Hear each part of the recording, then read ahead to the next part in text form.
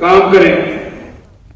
Budget में अनियमित कर्मचारियों के लिए कोई घोषणा नहीं होने से अनियमित कर्मचारी में आक्रोश है। आज राजधानी में अनियमित कर्मचारियों का हल्ला बोल है। रायपुर के तूता में हजारों की संख्या में अनियमित कर्मचारी पहुंचकर आज सभा करने वाले हैं। सभा में आगामी रणनीति पर मंथन होगा। अपनी 4 सूत्रीय मांगों को लेकर अनियमित कर्मचारी लगातार आंदोलन पर हैं। नियमितीकरण हटाए गए कर्मचारी को बहाल करने, अनिश्चितकालीन माफ कीजिएगा अंशकालीन को पूर्णकालीन करने और आउटसोर्सिंग को बंद करने की मांग अनियमित कर्मचारी कर रहे हैं।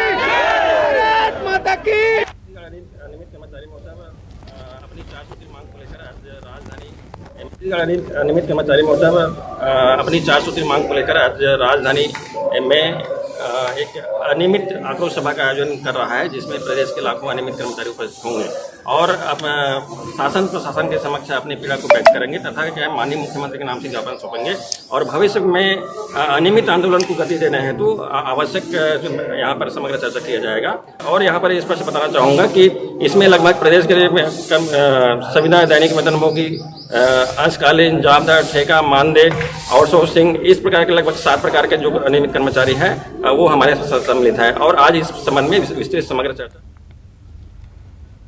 और ज्यादा जानकारी के लिए देवव्रत भगत हमारे साथ जुड़ गए हैं। देवव्रत, अनियमित कर्मचारियों का प्रदर्शन है, बड़ा प्रदर्शन होने जा रहा है। वो खफा है कि बजट में जो मांगे रखी गई थी वो मांगे उनकी पूरी नहीं हुई हैं।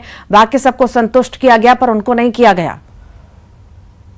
जी, क्योंकि ये सरकार के इस कार्यकाल का आखिरी बजट था और क्योंकि ये चुनावी साल है इसलिए कर्मचारियों को एक तरह से ये उम्मीद थी कि उनका नियमितीकरण किया जाएगा, लेकिन बजट में जब घोषणा नहीं हुई तब जो अनियमित कर्मचारी हैं वो निराश हुए और इसी निराशा और आक्रोश का असर है कि अब ये पूरा प्रदर्शन हो रहा है और जितने भी कर्मचारी हैं ये 4 सूत्री मांगों को लेकर के प्रदर्शन कर रहे हैं। हालांकि जो मूल मांग है कर्मचारियों की वो नियमितीकरण की ही है और साथ ही साथ कई ऐसे कर्मचारी हैं, दैनिक वेतन भोगी हैं, जिनको काम से हटा दिया गया है, उनकी बहाली की मांग कर रहे हैं। आउटसोर्सिंग जो की जा रही है, बाहरी लोगों की जो नियुक्ति की जा रही है उन नियुक्तियों पर पाबंदी लगाने की बात कर रहे हैं और जो अंशकालीन जो कर्मचारी हैं उनको पूर्णकालिक करने की यहां पर मांग की जा रही है, क्योंकि ये चुनावी साल है और इस साल में अगर कर्मचारियों को सौगात मिल जाती है तब ये उनके लिए फायदेमंद रहेगी और इसलिए ही कर्मचारी एक तरह से सरकार पर दबाव बनाने का ये प्रयास कर रहे हैं कि चुनाव से पहले कोई घोषणा जो है वो सरकार कर दे।